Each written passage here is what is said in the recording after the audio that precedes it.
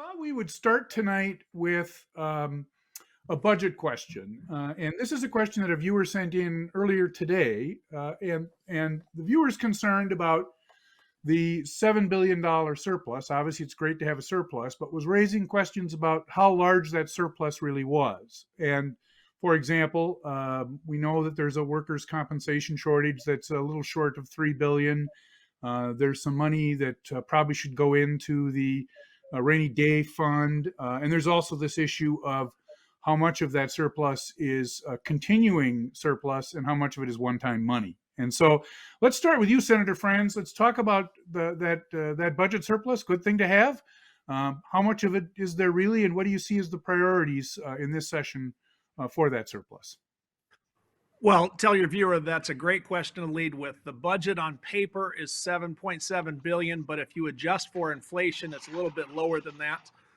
The Unemployment Insurance Trust Fund, if fully replenished and also brought back to its previous size, would be about $2.7 billion. Of course, that will help relieve pressure on our small businesses as they wouldn't see an increase in their unemployment insurance rates. We've also got pledges out there to support our frontline workers. And I favor returning some of that money to the taxpayer. The form of rebate checks has been proposed by the governor. Others, I'm okay with that.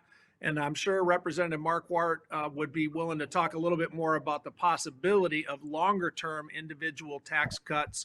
I'm open-minded to that, but you make a great point, Justice Anderson. We have a one-time surplus. And by the way, the tax rates really didn't change. What changed is the amount of corporate revenue, individual income, and sales tax revenue. That's why we're at the surplus. And whether we want to make a more permanent change, forecasting those changes into the distant future threatens to put us in deficit, but I'm still open-minded to it. So that's the short version. Thank you. Very, very good. Senator Ingebrigtsen, your thoughts on the surplus? Well, as far as continuing money, I guess that's kind of up in the air. We don't know anything about that. February, of course, comes out another report from the MMB. Basically another forecast. So we're not real sure where that's going to be. Either up or down from the 7.7. So that's something that we got to look at cautiously. As you know, it's not a budget year. However, there are some things that we do need to, it seems to me, address immediately, and that the unemployment insurance, of course, is one of them. For sure, it's going to be an increase in taxes if we don't address that, and that's of course over, like Senator Frentz said, a little over $2 billion. And we also got to look at some tax reduction, give some meaningful tax reduction that's ongoing. Social Security, for instance, I know that's been bannered around for a while.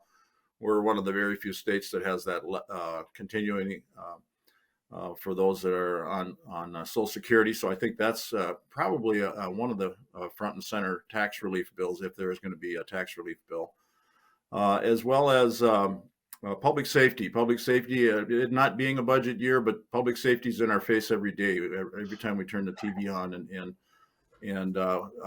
you can't just throw money at things like that. I understand that, but there are some incentives that we came out today earlier in our caucus with what we're calling the COPS program, where we've got about $67 million plus dollars for incentives to retain officers and give them somewhat of a bonus, if you will, to stay in the profession.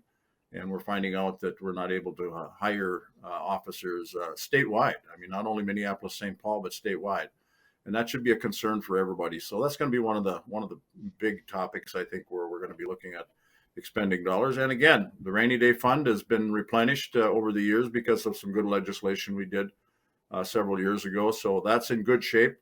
But again, it would be prudent for us, I think, to wait until after the February forecast before we start looking at expending those dollars. Representative Marquart, your thoughts on the budget surplus?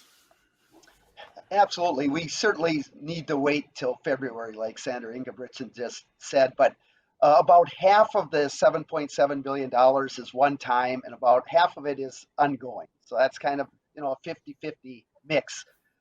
So for priorities on this year, I mean, first of all, I think we have to use caution. if we're looking at investments and tax cuts, which I think should both be into a plan, but we have to be cautious so that we don't overextend into the future, so that we can't pay for important investments in education and healthcare that we know, public safety that we know are always important. So we have to use caution. But some of the priorities that we should have is, first of all, COVID-19 is still part of the problem. And we know that COVID-19 disproportionately hit individuals and small businesses. So if you're an individual who are lower income going into COVID-19, or you did not have a job where you could work from home, you got hit harder during COVID-19. If you're a small business in leisure or entertainment or lodging or restaurants and those, you got hit harder.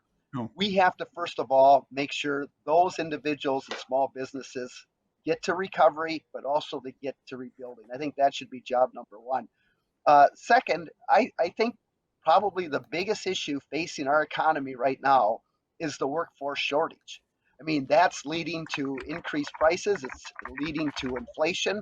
It's leading to shortages in childcare, nursing, public safety, all of these fields. It's driving up prices and hurting our economy. And one of the things we know is this is being caused by, no surprise, demographers have been talking about this for 2 decades, is that baby boomers like myself are retiring and not enough young people replacing us. In fact, by about 2042, the death rate in Minnesota for the first time in our history will surpass the birth rate.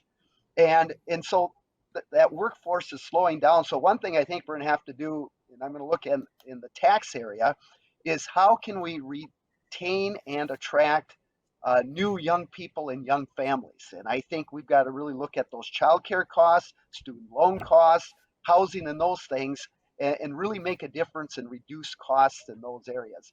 And finally, public safety. And public safety always should be the state's top priority. I mean, when I was the mayor and back in Dilworth, we'd send out surveys to our residents, and the number one question was, how safe do you feel in your neighborhood? Because I have felt that if you don't feel safe in your neighborhood, no other service matters. So I know there's been a lot of talk about public safety this session, but to me, it should always be a top priority. And I think what's been encouraging about the talk on public safety, what I hear, Governor Walz has a plan of putting $100 million out to cities and counties and saying, hey, you guys know best how to address your law enforcement public safety concerns. You do that.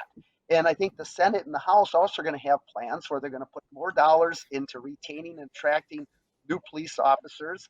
How can you prevent crime? How can we make criminals more accountable? I think all of those things I'm hearing, and I think all of those are very effective, and we can bring these plans together. So I'm optimistic on that public safety front that we can get something done this year.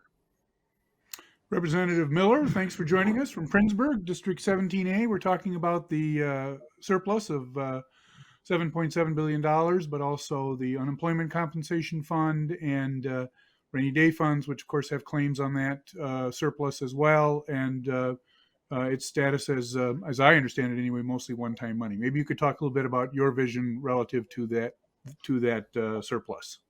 Yeah, thanks, Barry. And I apologize for my tardiness. I got off the road a little bit late on this one, but I'm glad I was able to join you here close to the beginning. So I appreciate this time. Between the one-time money, so in my opinion, we're in a biennium system.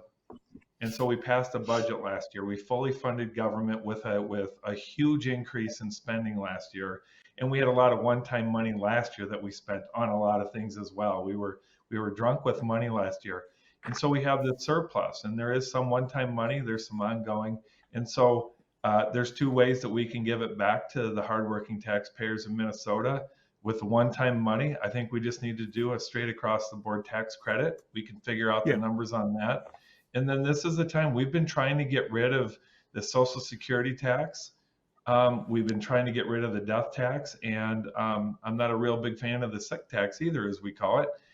So we can for sure draw those down. I don't know the dollar amounts. I have the chair of taxes on here, so he probably just is going to tell me that I just spent, $15 billion with what I just said.